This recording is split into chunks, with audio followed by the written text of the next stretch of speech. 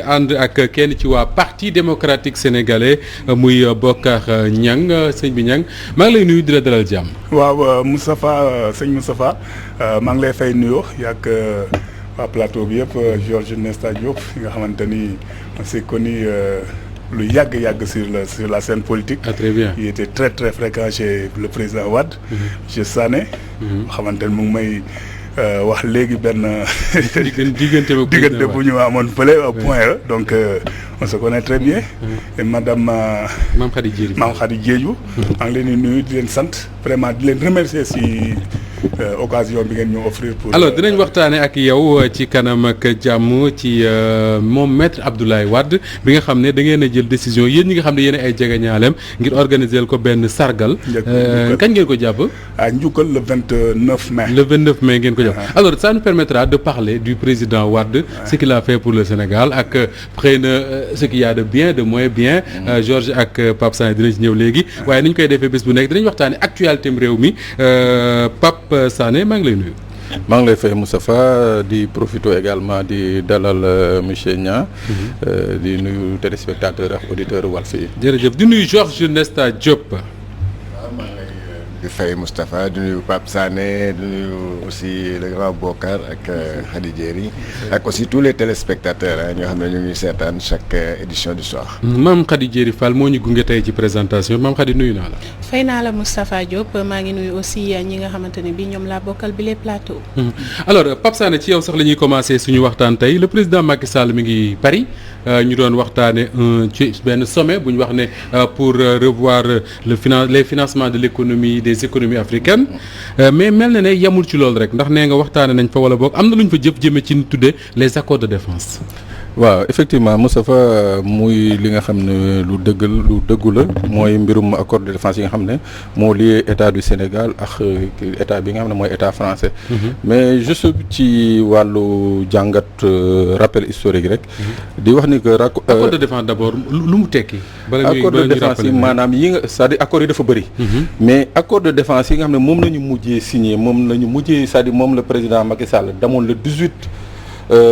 avril 2012. signé ji ko en France ñu ratifié ko fii en septembre 2014. dafa wuuteeg accords yi nga xam ne moo fi nekkoon c'est-à-dire les premiers accords. ñu ngi ko am le 5 septembre 1960 moom la ko Sénégal signé. ak France mooy c'était juste après l'éclatement de la fédération du Mali. boobu la ñu signé ces premiers accords de défense accords yooyu daanaka mënoon nañ ko comprendre ci jamono yooyu parce que dëkk bu mel noonu ni Guinée. mu ngi woon nekk ci beddeeku ci côté français et tout. donc ñu considéré woon que ça pouvait être un danger pour l'espace francophone et tout. dëkk bu mel ni Gambie jotagul woon indépendance am dëkk bu mel ni Guinée-Bissau jotagul woon indépendance am donc ci jamono yooyu mënoon nañu nangu sax. ni que comme c'est un nouvel état buy soog a juddu mënoon nañ ko tette tuuti gunge ko ci domaine de sécurité. donc accords yooyu lan la woon. c'était des accords qui portaient sur la protection et le soutien à l'État en cas d'agression extérieure. donc France da doon def ay accords ak Sénégal pour que suñu amee ku dal ci réewum Sénégal jóge feneen France ñëw aar réew mi. d'accord bon donc accords yooyu di évoluer ba 1975. 1975 le président Senghor daal di njëkk dénoncer les accords parce que tamit il faut que ñu historiquement ñu wax mbir mi quoi. 1975 le Senghor njëkk dénoncer li nga xam ne mooy accords yi c'est-à-dire daal di hégémonie bi nga xam ne France daf ko ci amoon c'est-à-dire ñu toog fi nu mu leen neexee et consort mu ne non il faut qu'on revoie un peu les accords. d'accord ci donc 75 au mois de mai 1975 dañu revoir les accords là les accords de défense et tout daal di ko gën a alléger ba nga xam ne français yi les forces françaises dafa amoon ci espace yi nga xam ne dañu leen circonscrire mooy maanaam yu mel ni dëkk yu mel noonu ni Thiès ak consort fi nga xam ne nekkoon nañ fa. ñu jëlee leen fa indi leen. teg leen fii Dakar ñu yem Dakar rek dans l'espace de la capitale. D'accord. donc ñuy évoluer accords yooyu di évoluer ba président Wade en 2009 mu daal di dénoncer les accords. bi mu dénoncer les accords également il faut le dire dafa coïncider ak jamono ji nga xam ne en France à cause de restrictions budgétaires. tamit bëggoon nañu wàññi seen présence à l'étranger. donc ci jamono jooju président Wade dénoncé ko bi mu ko dénoncé. li mu jur mooy déjà moom li mu njëkkoon laaj mooy que non seulement sol bi nga xam ne mooy le sol bi suuf si nga xam ne fa la soldat français yi nekkoon déjà dañ koy restituer à l'armée sénégalaise mooy benn ñaar mu ne leen léegi la nga xam ne moo fi nekkoon comme élément il faut que ñu xool ko résoudre ko régler ko au prorata c'est-à-dire mënu leen toog am fi lim bi nga xam ne day mel ni soldat Sénégal amuñu fi njëriñ donc mun nañ leen permettre ngeen toog fii en attendant ñu xoolaat du ñuy réévaluer accords yi donc ñu amoon à l'époque 275 éléments français au Sénégal donc ci dernier accord yi nga xam ne moom la Wade négocier loolu lañ fi amoon loolu lañu autorisé woon mu toog fi Sénégal ñu jox leen benn lieu moo doon la base marine la base navale sénégalaise fa nañu installé woon moo doon seen cantonnement malheureusement ci diir bi parce que bi mu koy signé bi mu koy dénoncé 2009 dafa noonu il est parti waaw dafa noonu dañ koy réévaluer oui mais ci réévaluation boobu le président Macky Sall yéeg bi mu yéegee même pas un mois après sa prestation de serment boobu la demee Paris daa di signer le 18 avril 2012 les accords fameux accords yi nga xam ne moom la ñuy dénoncé accords yooyu delloo si waat daanaka dayoo bi nga xam ne moom la fi armée française amoon ba pare plus grave ñu may leen la nga xam ne mooy que seeni soldats lépp lu ñu munti def fii ci réewum Sénégal muñ fi boomee nit wala leneen ñun munu réewum Sénégal juste Sénégal mënu leen topp France moo leen mën a topp moo leen mën a topp dégg nga bon loolu moo indi woon xawoon indi sikki sàkk tuuti mais biñu demee ba ci biir gars yi dindi nañu clause boobu parce que tamit ça dañ doon bañ mu jur yeneen kii donc ñu dindi clause boobu accords yooyu nag mooy dem nii ba fan yi bi mu demee Paris ñiy waxaat ci waxu accords yi dañ bëggaat renouveler te parce que accords yi jeex na les accords de 2012 jeex na dafa am délai buñ ci àggee mu jeex il faut renouveler il faut ñu renouveler ko d'accord mais c'est que bii li ci yéeme autant bu 2012 bi assemblée Sénégal maa ngi ñëw léegi ci rôle bi ci assemblée war a jiite Georges disons 60 ans sinon plus après indépendance tey on parle encore d'accord de défense yoo xam dafay permettre s'il y a problème dans ce pays France mën a intervenir pour protéger le Sénégal est-ce que quelque part bokkul ci échec gu Sénégal le Sénégal indépendant mooy échec à assurer sa propre sécurité Moustapha xam nga démb dama la ko wax sur le plateau bu ñuy wax effectivement ce voyage boobu dama ne woon que voyage bi effectivement c'est pour peut-être ñoom dañ ko tuddee New Deal maanaam dañuy defaraat dañuy jógaat defarwaat noonu lañ ko tuddee New Deal moom gën nañ ko gis fii en 19 avec Roosevelt le 32e président des États-Unis temps boobu ce qu'on appelait la Great Depression c'est-à-dire la grande crise boobu lañ gëj dégg tur bi ba taay ñu déggaat ko ñoom nee nañu Covid moo tax moo leen joxaat idée wala moo leen tooñ ba affaire bi dewaat nii mais dama la waxoon démb que ni nga gis noonu peut-être kii New Deal la ñu teg mais ku fa nekk chef d'état sa soxla bopp moo la indi. oui waxoon nga dem ne ku nekk sa soxla ku nekk di nga dégg lu ay yeneen y a des sommets dans le sommet. waaw da ngay dégg Tchad kooku bu fa demee di koy wax naan jàppale ma fële. ba mu assurer transition. Ouganda d'ailleurs loolu Macron moo ko waxal boobu nee na que yow sa dette bi maa ko assuré sama bopp tu me dois 60 milliards. de dollars naa ko assuré baal naa la ko mais dinaa ñëwaat Soudan tabaxaat sa dëkk. mais loolu xam naa ne moom dina ko tabaxaat mais dina ko exploiter aussi le pétrole du Soudan ça c'est sûr. ça c'est sûr. alors maintenant sunu président moom xam naa moom tamit demoon na aussi ñaani xaalis mais. xam naa am na li ko gën a soxal. parce que gis na aussi événement yi ñu jógee fii si mars yële passé. xam naa am na yu bëri yoo xam ne jàng am na si nagat bu bëri. te yow gis nga temps yi ñu recruter ay 5000 xaw ma ñaata 6000. pour la gendarmerie et la police. loolu ce n'est pas gratuit bu mënee dem ba foofu. parce que recrutement boobu ce n'est pas tombé du ciel comme ça. am na lu ko waral donc certainement ça entre dans le cadre aussi du peut-être d'un manque d'effectifs. mais am na lu président Macky Sall wax tey ci suba Georges boo xam ne j'ai l'impression que réponse la ci question yi nga doon posé démb moom le président de la République parce que dafa wax ne li tax sommet wu Paris bi am solo moo di ne kenn waxu leen lan la ñu war a def c'est-à-dire que nee na j'utilise ces mots il a dit co-construction d'un programme parce que nee na bu njëkk dañ daan defal affaire rek ñëw jox africains yi parce que mais nee na ñun ñoo xam suñu ay problème ñun ñoo xam lan lañ soxla et que sommet wu Paris bi juste effectivement li tax mu am solo mooy dañu def co-construction de programme même s'il accepte que ni comme ni nga ko waxee démb que ni c'est Macron qui a initié tout ça. oui mais c'est-à-dire même bu dee co-construction tamit maanaam ñoo xam ne dañuy dajale seen idée di construire di tabaxaat defaat deal bu bees deal boobu nag ça ne veut pas dire comme deal yi ñuy wax fii dealu xale ça veut dire defaraat waat redémarrer waat mais bon là gënoon na neex ñu defee ko Afrique fii comme ni mu ko waxoon démb rek ñun on ne peut pas après 60 ans d'indépendance continuer di tenir suñu réunions yi fële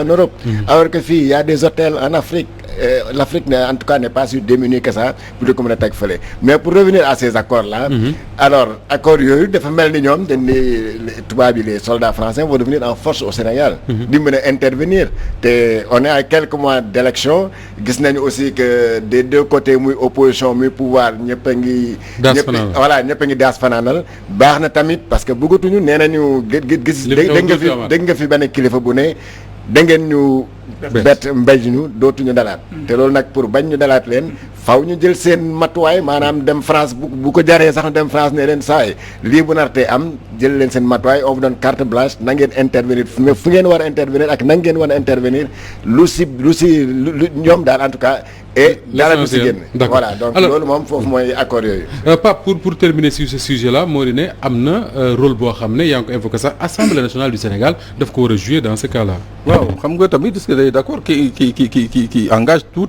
un pays donc forcément faw assemblée am lu mu ci rôle bu mu ciy jouer mais dañu seetlu même bii ñu nga xam ne bu 2014 bi ñu koy ratifié daanaka maa ngi doon suivre benn discours président Madické Niang à l'époque moo nekkoon président groupe parlementaire mu koy dénoncer nañ ko doxalee mooy maanaam sans débat la dañ ñëw rek bogo leen ne leen dañ ko signé dañ ko voté mu jàll mais man Moussa fi ma bëggoon terminer mooy xam nga lan c'est-à-dire dafa amoon benn accord bi nga xam ne fin wu mandat Senghor ay 3 ans avant Senghor di dem moom ak yenn chef d'État yi dafa amoon benn accord bu am importance bu ñu tegoon en Afrique de l'Ouest ñu tuddee ko ANAT accord de non-agression et de défense pratiquement tous les généraux ouest-africains doon ci siéger l'avant-dernier à siéger là-bas c'était le général D'assouza Tavares moom moo ko siégé mais accord de non-agression et de défense boobu nga xam ne moo lié woon les pays africains ñuy amoon ay échange ak partenariat di defandoo ay manœuvres militaires et tout di coordonner seen sécurité ensemble mais France def na lépp ba rey accord boobu on n'en parle plus. Non, on n'en parle plus alors que c'était un accord bi nga xam ne qui était signé par des généraux africains pour la défense des pays africains mais accord boobu fexe nañu ba nërmeel ko c'est-à-dire ça n'existe plus donc loolu moo lay wan quelque part aussi maa ngi suivre démb ñoom journée bi ñuy wax ci waxu indépendance il y a lieu de se poser des questions on est indépendant par rapport à quoi alors ñu évoquer rapidement le cas du capitaine Touré wax nañ ci plusieurs fois il était en détention après les 60 jours libéré nañ ko mais li ñu ci mujj a dégg mooy il a été muté c'est quoi cette mutation? Ouais, bon, concernant le capitaine Omar Touré, je crois que c'est tout à fait de bonne guerre parce que boo toppee le processus bi nga xam ne processus disciplinaire bi nga xam ne moom na ñu enclenché logique pour logique mooy il peut plus retourner à la section de recherche. Donc la section de recherche c'est fini pour lui? Non, c'est pas fini. Pour le moment? Pour le moment, il peut pas parce que dañu enclenché benn processus. Surtout qu'il avait demandé à partir. Il avait demandé à partir. Mais ci processus boobu, c'est-à-dire il y a beaucoup d'amalgame parce que beaucoup de gens parlent de désertion alors que ce n'est pas une question de désertion, c'est une question d'abandon de poste. C'est-à-dire il faut que ñu def nuance boobu.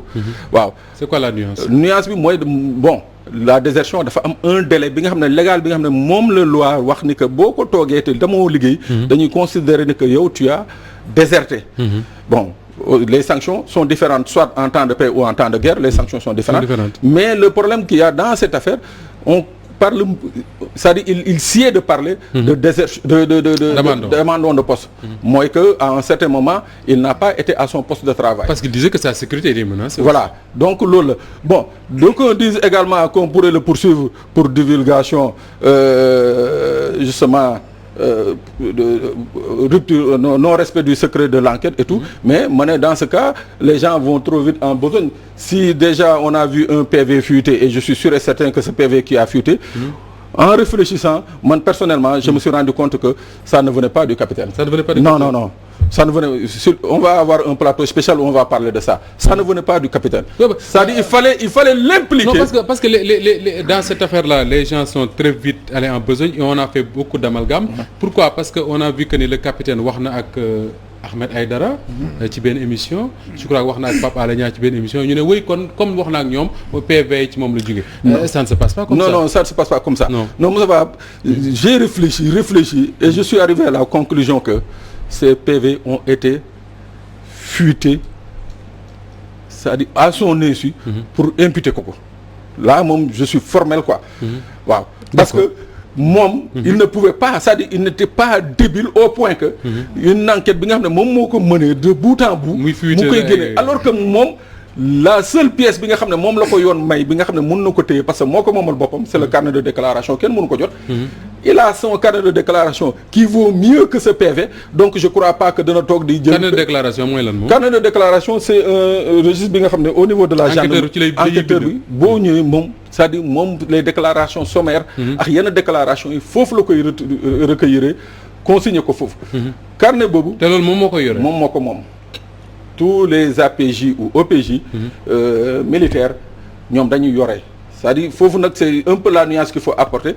il y a la qualité d'OPJ mais ñoom dañu am la qualité d'OPJ non seulement d'officier de police judiciaire ba pare am la qualité d'officier de police judiciaire militaire yokku ci ñoom gendarmerie donc gis nga loolu donc ce qui fait que ils ont une double protection ils ont une double responsabilité autant vis-à-vis du procureur de la République que vis-à-vis de leur hiérarchie parce que nee nañ la difficulté avec ci enquête boobu moo di ne autant bu daan enquêté ba ngoon xam nga day rendre compte procureur mais daan am na obligation également rendre la hiérarchie rendre compte la hiérarchie à la hiérarchie voilà donc moo tax léegi nag ce que enfin lu ñu mën a xaar ci capitaine bi fu mu nag li ko munti daal mooy peut-être que lenn mun nañ ko ci toppee mooy que il est officier et un officier pour que nga démissionner des rangs il faut que nga exercer au moins 10 ans d'accord 10 ans ba pare ngay soog a demande léegi nag si niñ ko mën a toppee mooy foofu laay waxee l'abandon de poste mooy que moom il a déposé sa demande de démission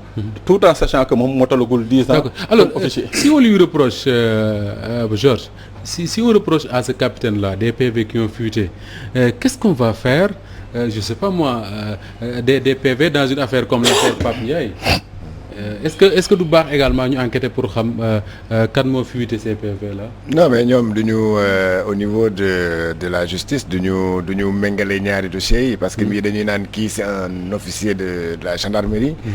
qui est obligé en tout cas qui est tenu par un devoir de réserve. boo xam ne te moom. apparemment moom moo yoroon voilà donc lu fa génnee rek si enquête bi automatiquement moom lañ koy imputer. parce que day naan de toute façon bu ñu gisee benn journaliste benn comment on appelle ça encore benn PV wala mu gis un contenu du PV. mais dañ ne moom la tu sais y a même certains commissaires yoo xam ne bu ñu enquêté pare il y a des cas extrêmement sérieux pour ñu duñu ñëw jox journaliste bi PV bi nii mu téye ko di ko exploiter. non da ngay toog nii mu lay dicter certains passages yu mu bëgg. mu lay dicter ne la bindal lii. am na yoo xam ne il les garde pour lui. parce que xam ne c'est peut-être des détails sensibles. bon am na ñoo xam ne nag bu ñu amee confiance yow mu ne la ko jox nii nga téye. tout en sachant que yow bon si tu es un journaliste aguerri. koo xam ne bon miin nga commissariat bi mën nga ñëw ñun ñu jox la ko nii nga téye. parce que di nga xamee ne bi di détail bi waroo ko bind. di waroo ko wax li la war a. parce que tous les faits diversifiés xam naa. oui parce que xam ñu doon dem les journalistes faits diversifiés yi dem ci commissariat yi suñ demee gars yi lay jox. parce que enquête PV yi nga xam ne comme dit Georges c'est accessible ñu jox la ko. tu lis tu prends note après tu t'en vas. oui mais parce que effectivement nee naa la bu la commissaire bu wooyee wala bu la gendarme buy enquête. bu amee confiance yow xam ne yow yàgg nga traité ak moom. mën na la ko jox tout en sachant que yow di nga éviter ay détails yoo xam ne un jeune journaliste du ko bu ko téye il va l'exploiter de bout en bout. commissaire diw nii il peut même citer le nom du commissaire alors que c'est pas le parfois ce n'est même pas le commissaire mooy mener enquête bi. non c'est un officier de police judiciaire moo koy gérer. seulement c'est le commissaire qui va signer la. mais est-ce qu'au rythme où vont les choses ni ñu koy gisee nii que ni tey Pape wala keneen ku ñu entendre ci benn commissariat wala gendarmerie bu mu mënti doon soo xëyee suba toute ta vie privée ñu exposé ko dans la presse est-ce que du dem ba quelque part nit ñi sax ragal porter plainte parce que bëggoo boo demee wax li la dal wala nga xëy suba fekk ko ci mbedd bi. ah mais oui c'est ça aussi c'est-à-dire que bon c'est vrai que dina yàq un peu travail journaliste yi parce que léegi da ngay tiit da ngay ragal boo nekkee un enquêteur di nga ragal jox sa PV benn journaliste mais mieux am na ñoo xam ne les citoyens am na ñoo xam ne peut-être bu demee il va se dire que bon voilà man dinaa dem si commissaire bi mais naa ko wax bugguma gis suma tour si journaux yi parce que finalement bon c'est exposer sa vie privée dans les journaux ñun ñu dina xamal yoo xam ne c'était pas la peine. Voilà qui nous permet rapidement ñu waxtaane politique ak invité wu Mame Khady Diéry Fall juste d'ailleurs avant ça alors ñi ngi doon wax démb fan yëpp bërki démb ba tey ñu ngi koy wax benn drame ba ma Louga mooy xale bu jigéen boobu ñu fekk ci benn fosse je crois ñu dañ ko faat takk bët yi et tout Oumar Kari di ñu wax ne tey bi ñu koy waxtaanee beneen drame am na à Louga parce que dañu fekk le corps sans vie d'un bébé de 3 mois ci benn fosse septique ci quartier bu tudd Kër Serigne Louga tey jii ci ngoon et que d'ailleurs la police a ouvert une enquête convoqué famille bi yëpp quoi muy des choses yoo xam ne ça arrive ça se passe donc dans la ville de Louga. alors ñu waxtaanee politique kon Bocar Niang ak président Abdoulaye Wade man li ma bëgg a xam d'abord mooy pourquoi ngeen soxla organiser njukkeel c'est ça non. njukkeel président Abdoulaye Wade pourquoi ñu soxla njukkeel ko. oui parce que maa ngi lay remercier bu baax vraiment encore une fois di nuyu seen téléspectateurs yëpp. di nuyu kii nga tudd noonu. mooy président multidimensionnel le président Abdoulaye Wade. il est actuellement en Europe. oui il est actuellement en France. ki nga xamante ne mérité na lépp. waxuma la ñun mais en Afrique l'Afrique lui doit beaucoup njukkal bi fi mu gën a jóge mooy loolu. parce que man ànd na ak moom Europe après la perte du pouvoir. ñuy sillonner muy doxantu mais d'autres nationalités. africaines. fu ñu tourner. parce que Wade moom il passe pas inaperçu. c'est pas le président Abdoulaye di daw di photo ak moom. naan ñu buulee sénégalais xamu leen li ngeen kii nan ngeen ko mën a amee. di ko bàyyi mu dem. loolu ak li mu liggéey Sénégal waxuma la bi mu nekkee président mais avant muy nekk président parce que ku nekk xam na ni tous les acquis démocratiques fii si Sénégal moom moo ko xeex. ñii di taxaw fii di balballu yëpp ak yi ñu fekk c'est grâce au président Abdoulaye Wade avant muy créer parti. li mu liggéey si Sénégal aussi parce que ku nekk déggoon na fii le club nation et développement. li mu ci andi. li mu andi ci contribution sur le plan économique. C'était la première personnalité à dénoncer l'ONCAD. ONCAD bi nga xamante ni dafa doon rey béykat yi. bi mu koy wax. ONCAD Sidi Lamine Niass daana wax ne onk benn yoon doy na mais. voilà ONCAD moom jarul. bi mu koy wax. ñu koy tànqamlu. bi ñu demee ba dégg waxam. ONCAD déjà amal na pratiquement 100 milliards à l'époque. yoo xamante ni gaspillé nañ ko. donc kooku mooy président Abdoulaye Wade. boobu avant ça muy créer parti. mu ñëw créer parti tous les acquis démocratiques. ku nekk gis na ni la manière. bi nga xamante ni parti socialiste noonu lañ doon organiser les votes.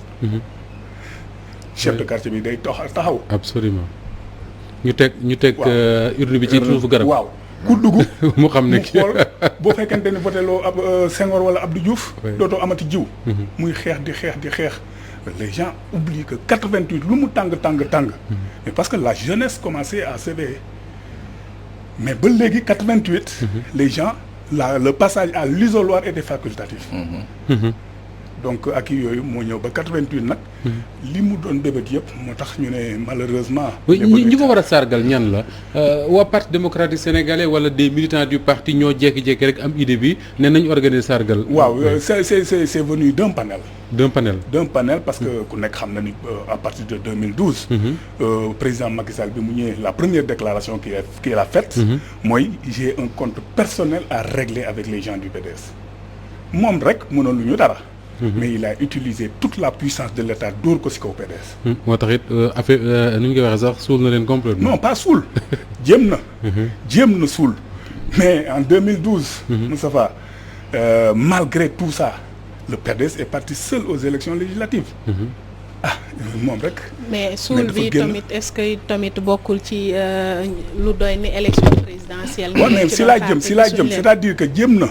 c'est-à-dire que moom laa wax il a un compte personnel à régler avec les gens du PDS. il a tout tenté nag 2012 première élection après la perte du pouvoir. benn seule formation politique dem élection am groupe parlementaire.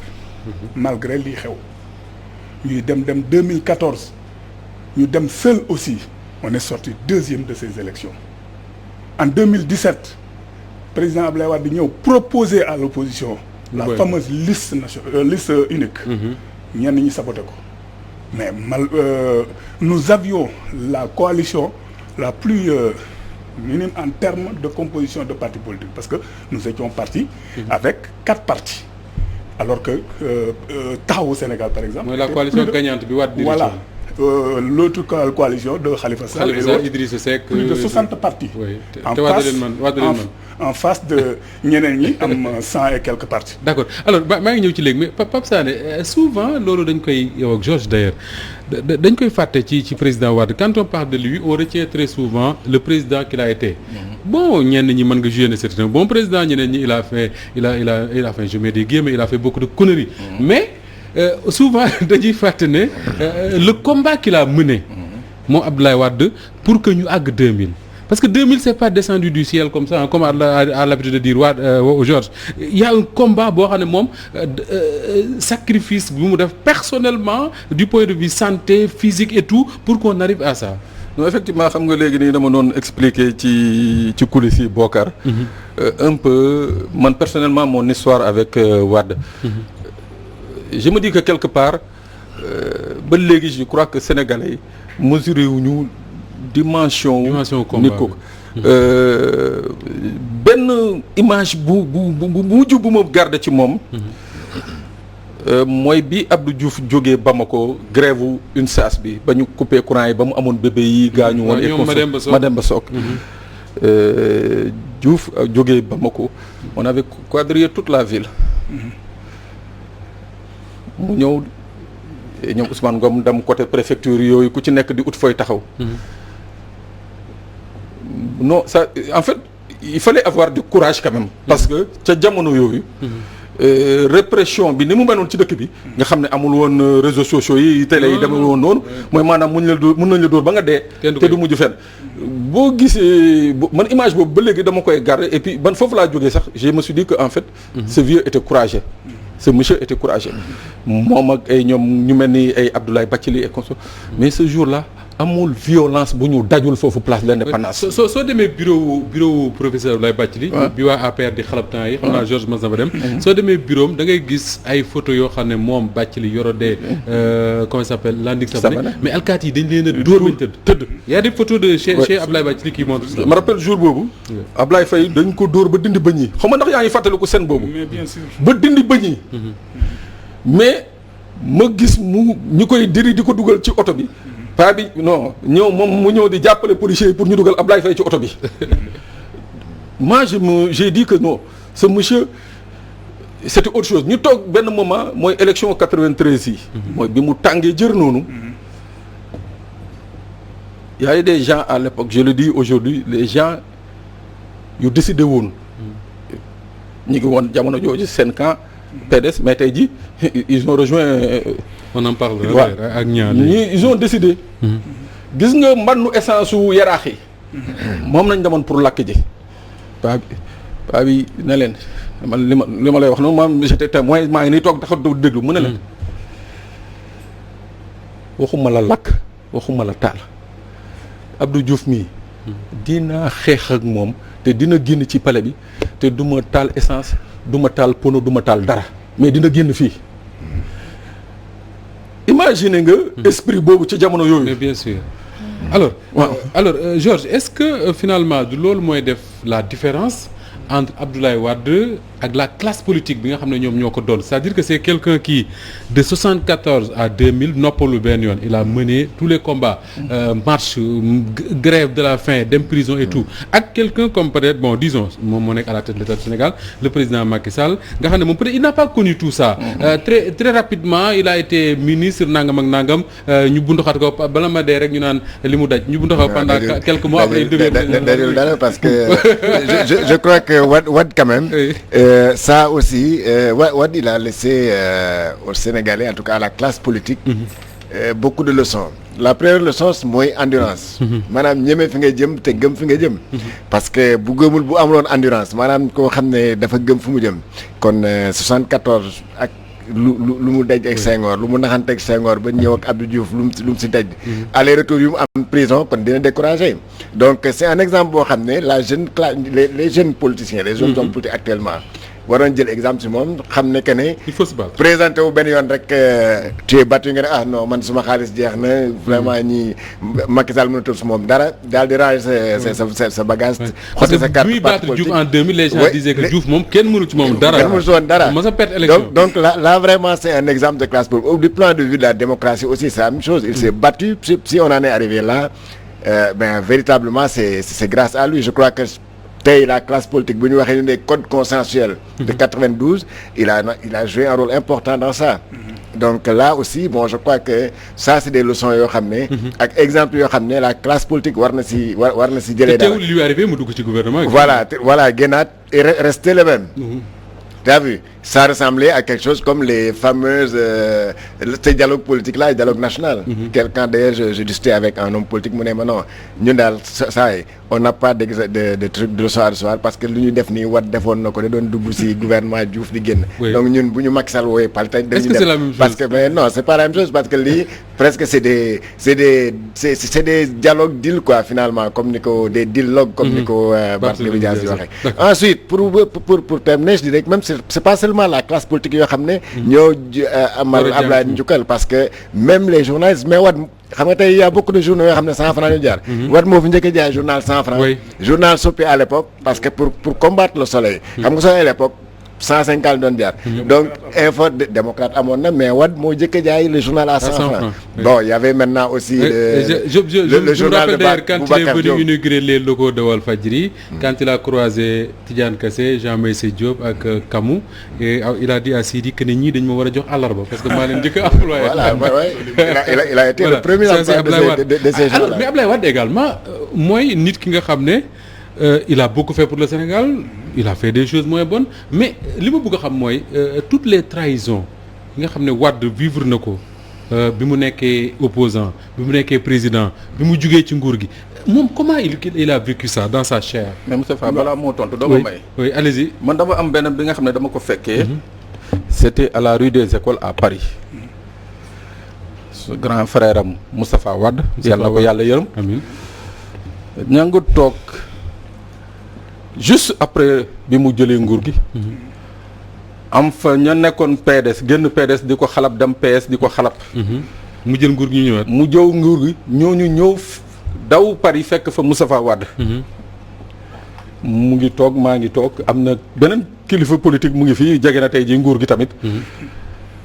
biñ ñëwee muy wax ak ñoom du ma fàtte mukk je vais jamais oublier pour revenir sur la dimension. ba ñu waxee ak moom ba pare mu daal di yëkkati téléphone am fi ñu toog mu woo président Wade ne ko Ablaye laajuma la sa avis diw mu ngi nii di jël avion bu ñëwee jël ko daal dina diw boobu jógal nga dem bi mu jógee dem ñu ne ko mais yow kii ak li mu def président. mu ne ma waaw mu ne ma Pape mu ne ko mu ne ma da nga di gune mu ne ma quelqu'un qui a trahi une fois trahira deux fois mu ne ma il avait trahi Wade mu ne ma aujourd'hui il va trahir ses anciens maîtres pour Wade. Donc pour te dire la dimension de Wade quoi. Alors voilà. Comment il vit ça ces trahisons là. waaw voilà mais kii ma wax ni rek vraiment njukkal bi c'est bien lancé parce que. oui yéen seen bopp doon la. oui c'est ça l'intérêt du débat. On parlera de l'organisation du Jigéen et comment vous allez le faire. Trahison yooyu président Ablaye Wade loolu da koy reeloo. c'est-à-dire dafa mel ni moom dafa dem ba xam ni. dafa jàpp ni sax loolu njëglaay la ci PDS. parce que il faut pas oublier que PDS bi mu ko créé. C'était avec fameux manifeste des 200 signataires. Mais entre signature yi. ak ñi fekkee congrès bi. ak ñi fekkee congrès bi 20 ñoo ci des. 20. Serigne sa Cheikh Mbacké Gaïndé Fatma. la mu ko joxoon pour mu organiser congrès bi gars yi yóbbu xaalis bi boo léegi li leen Senghor jox ñu dem. sëñ Cheikh Gaïndé Fatma borom xam-xam. xam ni lii kii na mu woo ko ne ko foo toll Ablaye Wade rus ko wax mu ne ko xam naa lépp ñëwal ma joxaat la loolu la ñu organiser congrès. moo tax ñu bari di wax ne Gaïndé bu dul woon Gaïndé Fatma xëy na PDS doom. 1976 looloo organiser congrès ba. donc dafa mel ni daf ko def njiglaay. moo tax ça ne le gênait pas de pardonner et puis esprit bi mu yor. de pardon loo ko mën a def ci àdduna mën na la ko baal mais xoolal Macky Sall. doomam taawam mu jàpp ko à tort Serigne Mountakha wax. mu ne ko jéggal naa ko. bàyyi naa lépp mag mu toll ni moom déplacé wu dem seeti ko donc Ousmane Ngom. la ma ko fi kii yoon ne ko yow doo jullit boo demee jumaa ji dañ lay daf lay kii. que mu dellu si def ko. mu def ko ministre de l'intérieur ministre de l'intérieur. oui donc loolu. Ousmane Ngom demoon na ne bu bëggee nañ dajee point waat. non nañ dem nañ boo dee jullit nañ dem waat mosquée point. mosquée bi ngay jullee. yow Ousmane Ngom. muy Mermoz. c'est mosquée boobu moom seen diggante tàngoon na. yooyu yëpp jaar na fi kooku après Ablaye Wade di ñëw jël ko def ko ministre de l'intérieur donc. loolu daf ko doon sens du pardon et xol boo xamante ni yàlla daf ko jox boo xamante ni c'est très rare. en tout cas man de li ma gis man ku mel ni sëñ Touba rek laa gis mu kii ko. mu yóbbu ko ñëw mu ne baal naa ñëpp. donc loolu dafa nekk ci moom. ngay gis koo xamante ni dimension bi mu yor. boo xamante ni trahir na ko wax na ko lu ñaaw avant muy nekk président bu yoree xaalis danaan wol leen ma diw. wala nga kii temps boobu bi mu nekkee opposition leadership bi nga xamante ni dañ ko doon contesté. ñoom. maître Mbaye Niang ndem si yàlla gi ñoom Iba Der Thiam et tout ça. dañ koy wax lu ñaaw si bëccëg bi guddi gi mu génn taal oto bi ne ñu nañ dem ñu ne nii jékki-jékki atterrir kër Mbaye Niang kooku dafay ubbi bunt bi kii gis ko kooku mooy Ablaye Wade donc. lan mooy si relation ak Ablaye Wade parce que booy wax ci Ablaye Wade nii ya ngay wax soo ak passion. waaw président Ablaye Wade quand j'étais au lycée. lycée d'application de l'école normale supérieure actuel Thierno Seydou Roussal. moo doon jógee HLM bi kii fa këram buntu këram laa doon jaar. waaw mu ko daan gis dama daan taxaw ba tardé pratiquement loolu moo bi ma defee bi may def bac loolu mooy yàq sama jàmm. ñu présenté ma ko. ma ñëw mu quelle année comme doomam en 1984. 1984. ba léegi lan la ko njëkk a présenté. waaw 84 ba léegi tàggoo ak moom maa ngi ak moom. c'est ce qui a valu que. ak reconnaissance bi mu jëlee may yëngu ci sécurité Pape Sané xam na ci dara. bi ñu jëlee pouvoir bi. mu ne ma wóolu ma kenn ci madame Wade ku dul yow. ok donc pendant tout le pouvoir man ak madame Wade. yaa assuré sécurité madame Wade. mu def ñu comme doomam. benn anecdote yaa ngi doon wax kër humain bi nekk ci moom. mas nañu nekk këram weeru koor moom moo doon assuré lépp.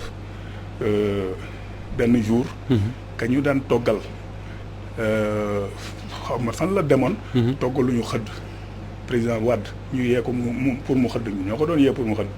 bi mu xëddee jékki-jékki. boobu mi ngi nekk président. non il était dans l'opposition. d'accord au point mu xool gisuñu ñu toog mu ne mais xëddu leen ñu ne ko non kii def mu ne mu dem xool li nekk ci cuisine madame Wade. jël ko dugal ko ci marmite. tàngal ko bi mu ñu koy andil affaire bi mu ngi sàng maa ngi koy séen mu ngi ner def nii. ma daw dabale xoolal fi mu wàccee boppam kooku mooy président. et quand bu mu nekkee président également il a dû garder les mêmes relations ak yéen parce que man loolu Pape xam na ci dara Wade ñi mu àndaloon on les appelait des calots bu lu leen neex mais bi mu nekkee président boo ko daan gis aussi ñooñu ngay gisaat ak moom. waaw parce que dafa mooy la reconnaissance bi. reconnaissance bi et ensuite un homme averti. il se dit que nit ki booy dem fenn. au moins àndal quelque ñoo xamante ni c'est des hommes de confiance. quel que soit alpha. ñoo xam ne jaral joxe seen bakkan. ces gens là ñoom ñoo resté ak moom ba léegi. anecdote fekkewu ma ko donc mais Maïssa Sall. war nga ko xam. bu baax dama dégg mu nettali ne mas nañ ànd ak Wade ci dëkku ngij ji looñ xaw ma dëkku Saada Ndiaye. c'est ça waaw dëkku Saada Ndiaye. nee na gars yi attaqué leen dañ agressé mais nee na pour protéger Wade ñoom dañoo yéeg ci kaw oto bi. sëgg ci kawam ñuy dóor jaas yi ak yat yi seen kaw. non pas jaas yi yat. ak yat c'est-à-dire que bon di dóor yat yi seen kaw. non pas yat. c'est-à-dire que on est arrivé nuit avant. oui vers 1h du matin. curieusement on voit que amul benn lumière. ci dëkk bi. ci dëkk bi. oui te dëkk bi mu ngi nekk benn genre passage boo xam ne fii ay kër fii ay kër. dañ toog ba mu yàgg xeer yi commencé. ñu génn. di dal léegi pour protéger la voiture. on était obligé. ngeen dégg ci kaw oto bi di avancer. ñuy dóor ci seen kaw. alors léegi ngeen décider. plutôt nous que mu atteindre Ablaye Wade. mu dal seen kaw mu leen gënal. mais ça nous rappelle également bi Wade boobu mi ngi nekk président bi mu demee Nguéniène. gars yi attaqué ko y avait un gars bu yëg ci kaw. Bro. c'est Bro ah. Bro mooy goon ci kaw. waaw dóor ci kawam mais nañ bañ a laal Ablaye Wade. est-ce que Georges est-ce que am na tey ji un homme politique sénégalais boo xam ne am na des militants qui seraient prêts à faire ça pour lui. waaw non. c'est-à-dire que pour wan la kii c'est-à-dire que les calots bleus c'était autre chose. C'est-à-dire que c'était déjà des militants. Des militants avant ñu nekk ay sécurité ay militants la. Oui, on m'a recruté à partir de la section des HLM où j'étais responsable. Tous les calots bleus étaient d'abord des militants. donc c'est pas des gens yoo xam ne dañuy ñëw ci waa ji parce que mën nañ am ci xaalis ak yooyu. après il gueule partout naan nañu jox li nañ jox li c'était des militants du PDS d'abord. moo tax kenn musul dégg dañ daan dem campagne électorale. précédée de 15 jours de tournée nationale. Ensuite ñu enchaîner par campagne électorale. kenn du si xalaat xaalis. d'accord Georges. waaw xam nga looloo tax ma ne bon boo amee parti politique. li ngay njëkk a sàmm mooy avoir des militants convaincus. looloo am importance parce que sinon tu as des militants alimentaires. Les militants alimentaires si. fu tooy rek ñu tàkk. c'est-à-dire que tu es au pouvoir tu en as beaucoup. ngay gis sax ñoo xam ne. saa woon na carte dans l'opposition mais comme tu es au pouvoir ñëw comme ce qui arrive avec le président Macky Sall. ñi ko wër yëpp ñu bëri peut-être je veux dire même les. en tout cas les 50%. Oui. Ils l'ont combattu quand il était dans le pouvoir. C'est sûr. Maintenant qu'il est là mais tu verras dégg naa bi mbir mi tàngee fii am na benn responsable boo xam bu mbir mi tàngee temps yële am na ñu bëri ñoo xam ne dañu daal di ne am na ñoo xam ne dañu daal di woo xaw ma Ousmane Sonko ñii di woo Khalifa Sall en tout cas di woo. bëgg a dem mais en tout cas bàyyil ma sama chef foofu maa ngi ñëw. donc ce qui veut dire que. alors du temps de Wade c'était ça il y a des militants yoo xam ne ils sont avec Wade depuis 74. comme le cas des Meïssa Sall ngay gis noonu. donc il y a des militants yoo xam ne. te je te dis bu dee dans un parti politique au Sénégal boo ko compté woon PDS moo si ëpp ay militants convaincus ñoo xam ne c'était Wade. oui PDS moo si ëpp ay militants convaincus parce que le PS gis nga bu PS daanoo ñu bëri ñoo fàq dem PDS fekk si Wade Wade bu mu daanoo ñu bëri ñoo xam ne rek am na ñoo xam ne naanaan ñu ngi fii depuis 5 ans kay ñu ngi escalade rek di dem ndekki nañu ak mais Georges est-ce que loolu ndekki nañu ak 5 ans añ ak Abdou Diouf reer ak Ablaye Wade ndekkiwaat ak Macky Sall nag continuer rek continuer rek quoi. mais est-ce que loolu force la pour un parti mais est-ce que finalement mënul nekk handicap pour le PDS je veux dire par là que ni fidélité bi ñu am ci Wade mënuñu ko projeter ci beneen leader c'est-à-dire que tey quelqu'un qui doit incarner le leadership au PDS après Wade ba am fidélité bi ci ñii am ce sera compliqué. Voilà c'est ça maintenant le problème actuel du Parti démocratique sénégalais. Oui. C'est-à-dire problème bu Parti démocratique man xam naa ne sax moom seen njukkal bii yaakaar na dañ si bëgg a def d'une pierre deux coups. maanaam xam nañ ne seen parti amatul doole bon xam naa ils vont dire que si am nañ doole ba léegi bon ñu ngi jaay seen carte ay affaires yooyu mais le parti il faut le reconnaître est en léthargie. am na ñoo xam ne dañ jàpp ne Karim Wade moo tax parti bi bëgg a dee donc bu tànk parce que mënoo nekk leader am ñu ko woowee sax leader WhatsApp bëgg a nekk Qatar di envoyer WhatsApp di coordonner un parti politique au Sénégal loolu mënul nekk donc certainement que ñoom xam nañ ne que Ablaye Wade tant que yàlla mu ngi koy may muy dund xam naa ne PDS moom du ko bàyyi parce que dafa am ñu nee naa dafa am ñoo xam ne si biir PDS Ablaye Wade rek jaral na voilà ay Baye Fall lañu moo tax mu ne la dans les partis politiques sénégalais affectif bi quoi. waaw donc si biir parti politique sénégalais fii amul ku ko ëpp des militants convaincus waxuma la ay kii de ay militants de circonstance de militants convaincus et convaincants convaincus et convaincants te loolu c'est important dans un parti politique voilà voilà donc c'est pourquoi maintenant bon xam naa le comme Wade aussi n'est plus là bon il est en France et tout ça parce que man gis naa man chaque matin damay romb PDS gis naa que seen kii bi defaraat nañ kër gi mais ñaari image laa fa gis am nañ image u Karim posteru Ablaye Wade am na poster boo xam ne sax ñoom ñaar kii dafa nekk nii kii nekk nii mais c'est ça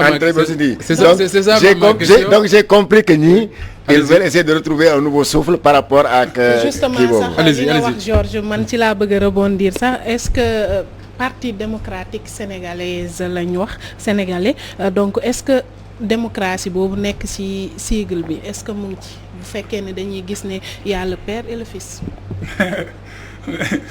À un moment donné. Y a certains comme li may wax rek Karim Wade a bon dos li muy wax nii di ku bëgg a dem da nga naan problème bi c'est Karim Wade. Alors que Karim Wade a toujours été là pendant qu'on était au pouvoir ñoom ñu koy servir di ko dawal safar marwa ñoom ñi génn yëpp. di naan ñoom ñu koy xalab ñëpp. waaw ñoom ñëpp lu nekk defal na leen ko raam nañu ci kanamam Macky Sall mii moom ci boppam taxaw na président Macky Sall. reconnaître ni s'il est devenu premier ministre c'est grâce à Karim Wade ce qui est vrai parce que c'était pas le choix du président Wade. donc li nga pour ñëw ci sa question. démocratie weesuwul c'est pour en fait régler pour régler ce problème bi nga xamante ni les gens de Benno Bokk Yaakaar et Barthélémy Diaz c'est franc parler benn jour wax na ko. nee na li ñu doon wax ay dévolution monarchique yëpp dañu bëggoon rek jot pouvoir bi waaye c'était pas vrai parce que Sénégal kenn mënu fi def loolu c'est pas possible. pour yow ñoo ko créé. ñoom ñoo ko créé. fi mu nekk nii ñu ngi jëm ci phase boo xamante ni de renouvellement vente de carte de renouvellement. Mais on a vu beaucoup de partis yoo xamante ni kañ la ñu gëj a def congrès les secrétaires généraux nationaux yi fa nekkoon ñëpp ñoo fa nekk ba léegi wala ñi nga xamante ni seen secrétaire général décédé na kenn dafa ñëw rek jël parti bi amee kii de par li mu daj légitimité bi ko may de payer. pour tous les autres responsables yi nga xamante ne dañ leen toppoon. ba tey ñoom ñëpp ñu dem rejoindre kii mu toog 3 ans et demi bu ko neexoon benn comité directeur mën na ko fal secrétaire général du PDS. Mais il a refusé pour vous dire que il ne veut pas de ça ay dévolution monarchique wala passation kii nii. il a exigé Karim il a dit que nañu jaay carte yi man du ma accepter jël parti bi que. bu ñu defee congrès boo xamante ni toutes les instances dans tout le Sénégal seront renouvelées les délégués dignement élus ñëw élire le nouveau secrétaire général. Donc Bokar, y a certains qui disent que le nouveau comité directeur d'aujourd'hui mooy lan bu PDS c'est la génération les fidèles de Karim Wade. La génération du Congrès. Man je n'ai jamais été membre de la génération du Congrès et je suis membre du secrétaire national.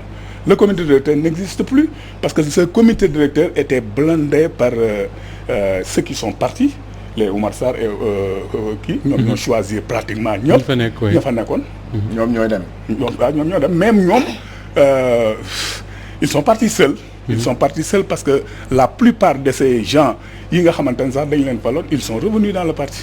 mais gis nañ ñi dem ñi nga naan ils sont partis seuls mais tamit ñoom ñi dem ñëpp ñu ci am ay base la parce que boo gisee Omar Sarr am na base ci Waalo bi nga gis Aïda Mbodj Bambey nga gis keneen ku ci mel ni ay Pape Diop. non Aïda Mbodj ak Omar Sarr bokku ñu nuróowu ñu dem nag. waaw mais Aïda Mbodj donc mu mel ni ne exemple poids plume instant bi moo des PDS. exemple Omar Sarr kañ la gëj a gañe Dagana bi mu nekkee PDS ba léegi muy mënatul gañe Dagana ba muy nekk maire il était c'était en 96 muy doog a ñëw PDS Ablaye Wade moo demandé aux responsables ñi fa nekkoon nañ ko accepté moom nu mu nekk maire. Aïda Mbodj ba muy génn PDS qu'est-ce qu'elle avait dit danañ ma jox quota boo xam ne si liste PDS sinon damay créer sama parti danaa am groupe parlementaire elle ñaata voix la am plus fort reste 36 000 voix si Sénégal yëpp. kooku sa poids lourd la PDS élection pour vous dire les dernières élections yi nga xamante ni PDS ak ses alliés muy 4 partis yi ma doon wax. ils sont sortis deuxième en face de ay super coalition.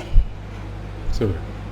Deuxième dernière élection donc bi PDS participé ñii di wax ni yëpp amul kenn ku ko mën a mës a baat ces élections. d'accord alors maa ngi ñëw léegi nga wax ñu sargal bi nan lañ koy organiser parce que ci loolu lay jeexale mais Pape Sané est-ce que trahison yi nga xam ne moom la Ablaye Wade subir durant tout son parcours politique ni mu nekkee opposition ñëw présidence après perte pouvoir est-ce que yooyu du dem ba finalement il se dit que man kat ñi ma essayé ak ñi ma wër ñëpp kenn rek laa ci mën a wóolu pour du ma trahir mooy ki ma bokkal deret ki ma jur sama géño. waaw mun na nekk une bonne réflexion mais xam nga Moustapha juste pour wax ci trahison yooyu gis nga bu ñu jëlee l'époque des Fara Ndiaye et consorts départ ñoom Fara Ndiaye yooyu yëpp mu doonoon li nga xam ne affecté na ko je crois que foofu le président Wade jàngee un peu ni que pour mu réussir il fallait que mu dund ak trahison. gis nga dans les après élection présidentielle bi ñuy dem élection 98 dafa am benn li mu tegoon. beaucoup de gens avaient pensé que dualité Idrissa Seck Ousmane Ngom bi mu la doon bëgg a teg ci suuf moo taxoon mu ne leen ku ci nekk ne dem ci base am ñu xool. non parce que Wade dugg ci nguur gi nekk fa ministre d'État il a eu le temps de comprendre que ñoo ñëpp. ils étaient prêts à le trahir. te comme on dit. il paraît même décidé génn ci gouvernement am nañu ko ci mel. waaw donc moom xamoon na ne que en politique on additionne. donc doo jël ñaari kàngam kii nekk Thiès kii nekk. Ndar nga bëgg leen génnee noonu. donc pour moom c'était une manière très moralisante mu won leen ni que voilà quoi vous êtes des traîtres. moom da leen ko wan. peut-être que ñoom ñoo comprendre ni que moo xamoon na que ñooy ils étaient prêts à le trahir. donc loolu Wade a vécu c'est-à-dire il a préféré moom nekk ak ñoom tout en sachant que ñii mën nañ ko trahir. donc loolu. finalement le prolongement c'est Karim Wade. bon je dis pas que le prolongement c'est Karim Wade. mais tey jii boo xoolee tout ce qui était en mesure de le succéder tey jii daanaka ñoom ñëpp ils ont pris la même voie. ñoom ñëpp dem nañu tey c'est-à-dire ñi nga xam ne légitimement. ñoo mënoon taxaw tey jii ne ndoono PDS. et ça rejoint li Georges doon wax sax que ni endurance bi mu jëraloon Wade xëy na jëralu ko ñoom. waaw parce que ils ont préféré. mais c'est que tamit moo tax benn jour dafa wax benn wax bu am solo. nee na bu ma teeloon xam bu may dugg ci gouvernement bi du ñii laay dugal ci gouvernement jël jeune cadre. dugal leen ci gouvernement bi màgg ak ñoom. waaw alors comment ça va se passer sargal bi d'abord vous dites que ce sera ce sera le 29. Le 29 nan lay demee est-ce que Wade day ñëw 95 ans bon suñu yéene mooy mu ñëw. d'accord bu ko comme ni nga ko waxee bu ko.